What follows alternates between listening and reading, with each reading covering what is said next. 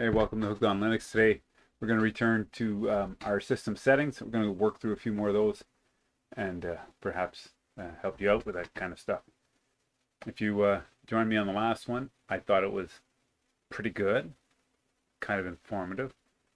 Um, enough, a few, got quite a few views on it. People watched it, but no comments. So either either I was completely wrong about everything, or I was completely right, and there was no need to comment. But if you guys send me comments, um, and we can, you know, learn together, which is, probably the best way to learn anyway. So we open up our system settings here, and last time we were working on the appearance settings. These four are up at the top. I think we're going to move on. Sorry.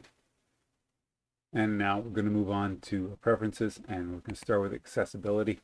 Accessibility generally means if you have any kind of disability and you need a special accessibility to be able to enjoy your computer, this is where you can set it up.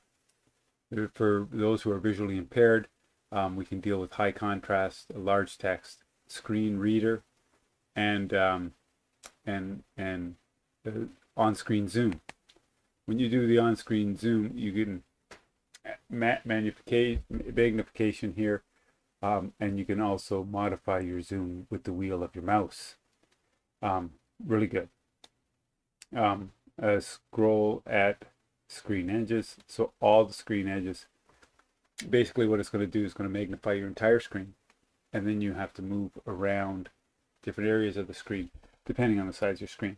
Best advice is that incorporate this with a very large screen, and you can do it. I have some friends that visually impaired, and their preference was the bigger screen and not using the visual aids that are here. So I'm sure that other operating systems have very similar things. We can also adjust. Oh, I'm gonna put that back because I'm not there yet. Keyboard. So you get an on-screen keyboard. Usually this is, I've seen people that say, why would you want an on-screen keyboard? And people that are missing one hand, a few digits, things of that nature, or whatever. On-screen keyboard is a lifesaver, because you can use it with even one finger, and all that kind of stuff. Typing assistant. And the typing assistant is really enhanced keyboard functions that allow you to do all kinds of wild, wonderful things. It's here, and the mouse the same. Different things for different needs. So whatever your accessibility needs are, you can overcome them, or perhaps enhance your computer experience using accessibility settings. User details is just this. That's all it is. There's me. Here's my name. Here's my password. I can change my picture if I want to be incognito. I can change my name. This is not a legal name change. It's just changing your name on the computer. And you can change your password. See? So when you click on actions, these are the things that you can have running in the background. They're going to show up down in your lower taskbar on the far right side. So if you want a quick access to things like sending an attachment, there's a good one there. Open up in terminal. So you can just click on something and open it, or make it do a function. This is programming your taskbar to do that. Makes sense? Hopefully, if you got a better answer than me, let me know. Make a comment down there, and let me know what the good answer is, so that I can hand it out. Anybody who's watching this, you can just check the comments and see if anybody's added to it and made any useful comments. Layout, create a new launcher. A launcher is a program, kind of a program. I don't know what else to call it. that if you were to kind of like right click on your mouse, you can see it here. Watch this. I'll do it here. Right? So all of these things that you see here, those are commands that come up. And this is a launcher. These will launch. And so you can add all of these types of things here that are on the screen on the system settings. You can add them as a launcher. Does that make sense? Because these ones here, if I was to add one, it would connect. It would maybe I don't understand. Anyway, I'm not quite sure on these actually, but that's it. Applets. So on your taskbar, way down at the bottom on the right hand side is where all of these applets appear, and you can select which ones to use. Put on, like here I got calendar, I got grouped window lists, so when I opened up a whole bunch of windows under one group, it shows on my taskbar. Keyboard, keyboard stuff, menus, right? All this stuff. And if you want something special, go to the download section, and it's downloading all of these things. Some people like fancy dancy. And if you like fancy dancy, well, this is for you. This is good stuff. You can have weather. Why? I don't know. I tend to look outside and I get to see the weather. But all of these things, you can put those on your taskbar by downloading and selecting them to show up, which is pretty kind of cool. All right, date and time. That's be self-explanatory. I'm going to show you anyway. This is where I'm located. I'm located in this time zone. You can use a 24-hour clock. You can display the time and the date on your screen. You can display the seconds even if you want, or you can do the first, and you can change the first day of the week to be whatever you want, whether it's Sunday or Monday, depending on your calendar. Don't know why there's a discrepancy. Sunday is always first day of the week, in my book.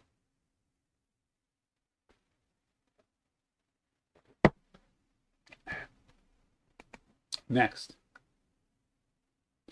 desk jets. I never understood what this was.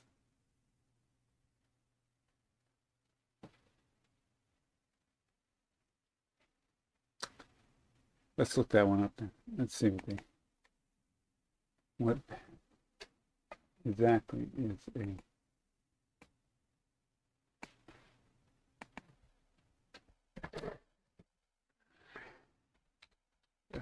open in Linux Mint desk jet. Is that what it's called? Desk.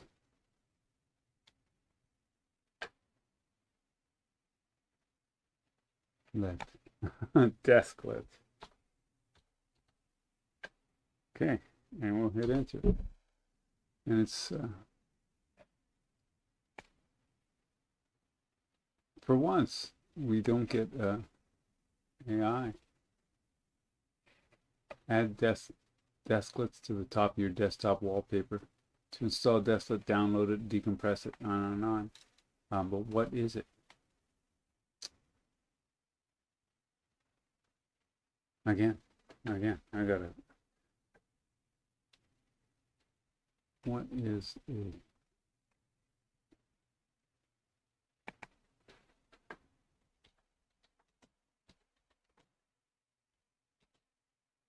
There we go. Let's see what is. Oh, there we go. And let this AI daemon, tell us what it is. A Linux Mint desklet is a small, single-purpose application that runs on the desktop with the G desklets environment, allowing users to add specific functionalities directly to their desktop background. These functions can include displaying information such as clocks, weather systems, resources, usages, CPU, and RAM. Yeah, because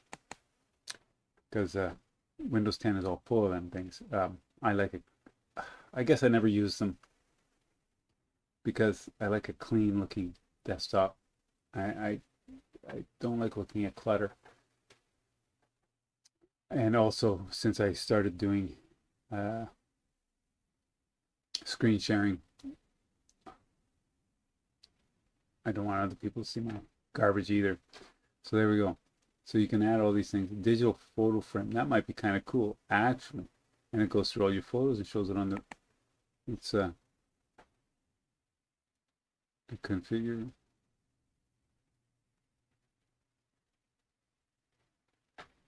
All right. We can add that. Is that how it works? Add. Yeah. There it is. And where did it go?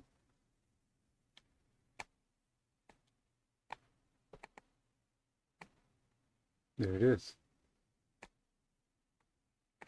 I just put it down. Yeah, it stays in the background. And we have to configure it. Let's configure it. We're going to do this. Configure. Digital photo frame. This is fun. We're going to get a photo. Let's do. Thing is, I don't have pictures.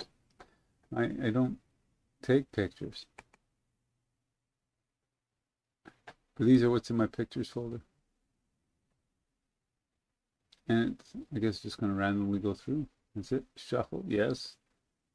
Delay in seconds. Every 2 seconds. What big a picture frame do you want? What's this, that, and the other? And special effects. Black and white. Yeah. Sepia.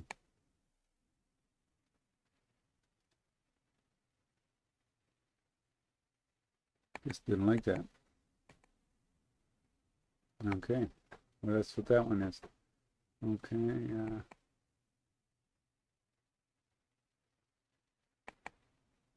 And that's it. Now it looks like that's what it is. Okay, now let's take that off because I don't like that stuff. That's what you could do. Put these other desklets you can have going 24/7 on your screen all the time. Be aware they use resources because you know, they're files. They're running. General settings. Decoration. Borders. Stuff like this. You can look at this if you want. Some people love this stuff, right? So they do it. That's it. Desktop. Moving ahead. Desktop layout. Show desktop icons and all monitors. I've disabled all of these because I like a clean desktop, but we can add things. You can add them all, and you can put them anywhere you want. I'm sorry, I'm pulling them from one screen to another, but this is what they look like. Okay, so I'll tell you right now, this one here, trash. After they're all over here, it's a weird thing. And trash doesn't necessarily show up on your file manager. Let's get the file manager up here. Okay, here's the file manager. See it behind me. Now look over here in this row. Home, favorites, file system. And even if I go back to the very beginning, nowhere on here shows the trash.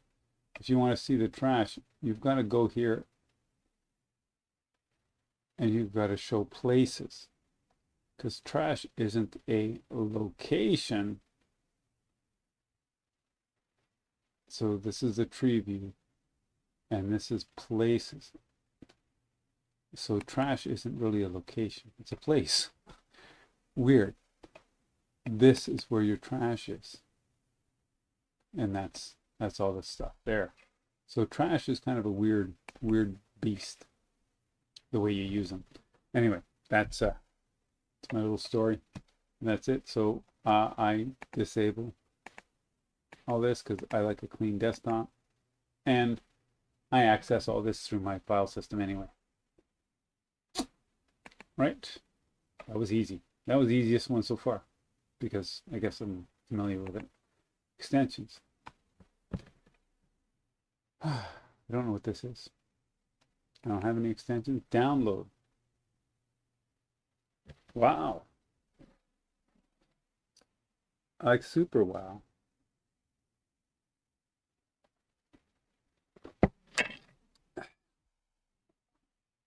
System settings. Now I wish I knew what all these extensions were. There's no explanation for anything here.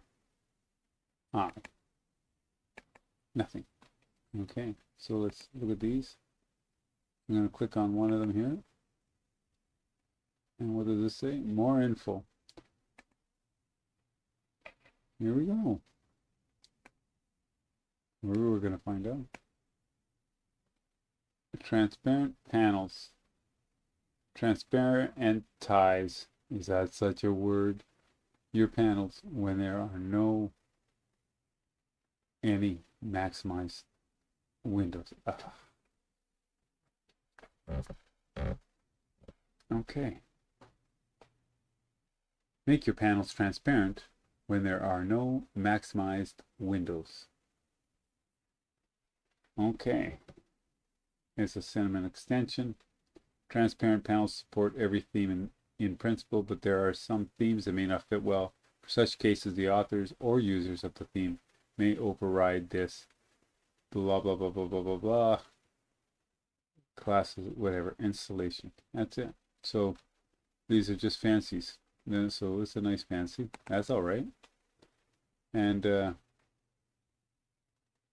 burn my windows.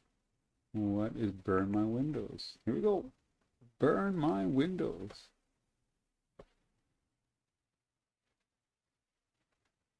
Oh, I get. These are special effects. These are kind of wicked things. Does this happen when you close it?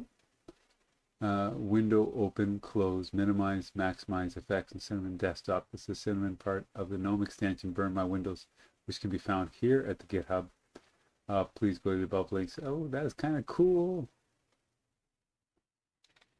Kind of cool, but you know what? These are toys, and this is awesome. You know what? If I was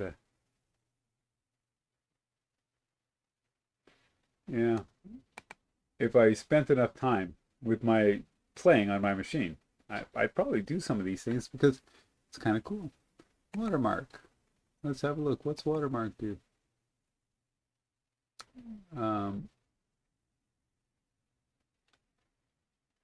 Place a watermark on the desktop.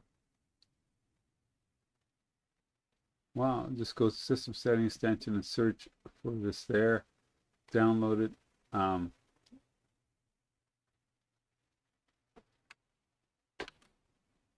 Is it possible with this application to set a watermark image in background of a folder? Yeah, I do it all the time. Okay. So these are kind of cool. So these are toys, fun things that you want to put on your desktop. Go ahead and knock yourself out. General system settings, compositor options, disable composting for full screen windows. You know what this means, right?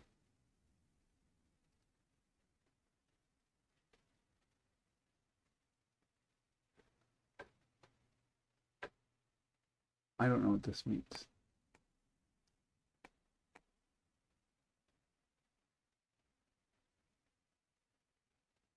Enable timer when logging out or shutting down. Delay. Oh, it's a delay timer. Okay. that useful? Yes. If you have children, I can see how it's useful. You can say, hey, you know what? You have 45 minutes on the computer tonight. And you set this delay timer to 45 minutes. And off you go. Memory limit. Restart Cinnamon when it uses too much memory. Um,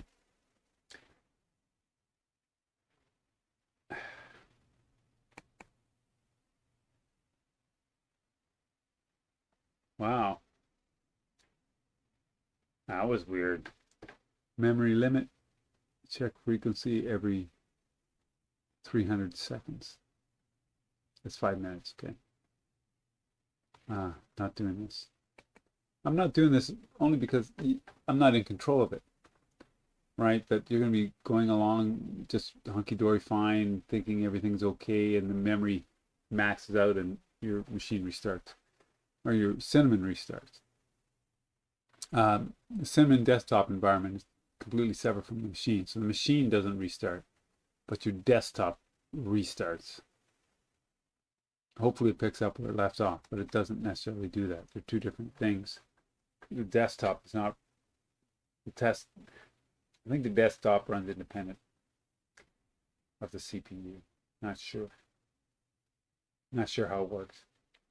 But I'd like to know what a composting means. Let's look that one up. Let's look it up. Okay. Okay. I'm going to say, what is composting?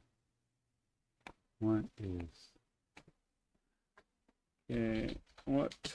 is full screen composting?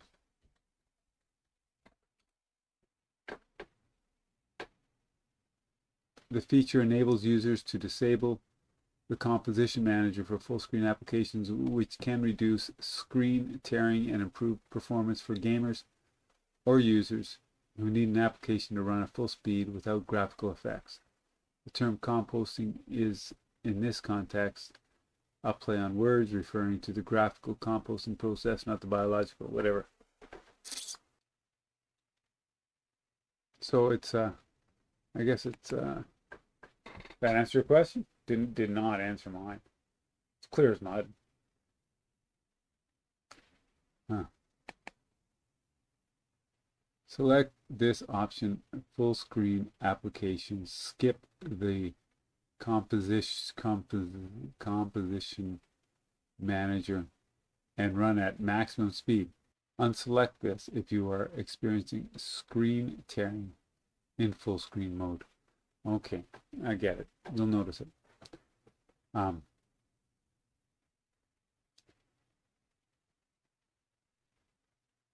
So I'm going to unselect it because I don't need that feature. But you guys experiment with this, see what happens. Get anybody out there who's doing gaming and all that kind of stuff. Maybe this has an impact on it. Who knows? I'm not a gamer, so I don't really experience that. Yeah.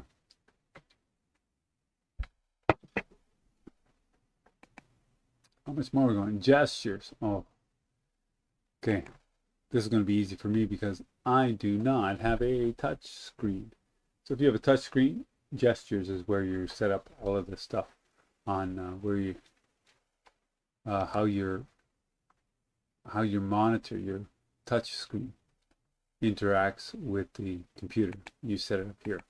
Pinch, tap, swipe, and speed settings, all that kind of stuff. Right? I guess interesting to have. What do we got here? Oh man. How long have we been doing this? Okay, you guys want to do one more? If we do hot corners, then we're halfway through. We'll pick it up again in a couple weeks. Let's do hot corners. I never understood hot corners, but what hot corners do gives you a quick and easy way to manipulate your active windows that you're using. You can do whatever, tile them, stack them, close them, open them, expand them, contract them, all these things. And you can pick which corners of your window to do this on, right? So you can enable the corner.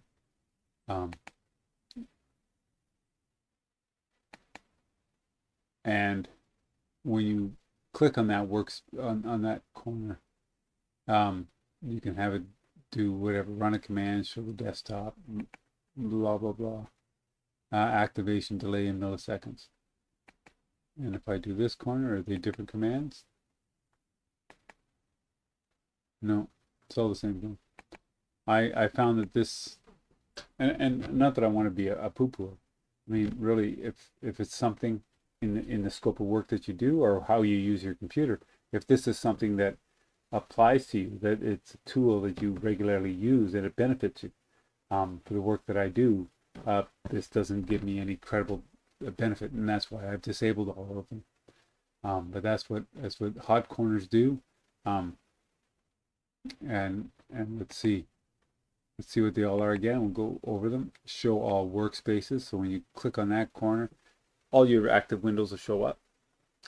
Or workspaces.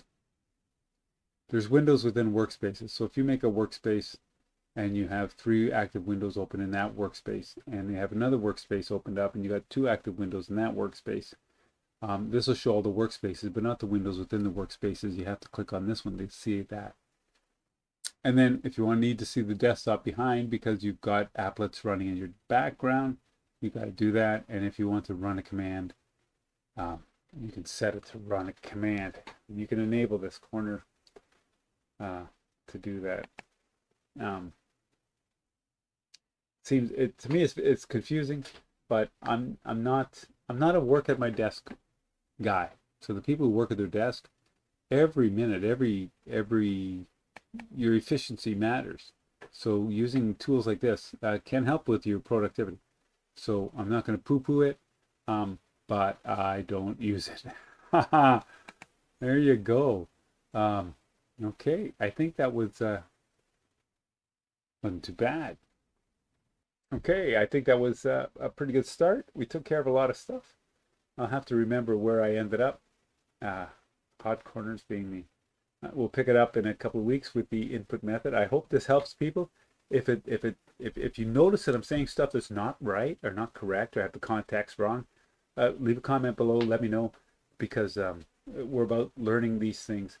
This is the best way for you to learn how to navigate yourself through Linux Mint without dealing with that crazy terminal.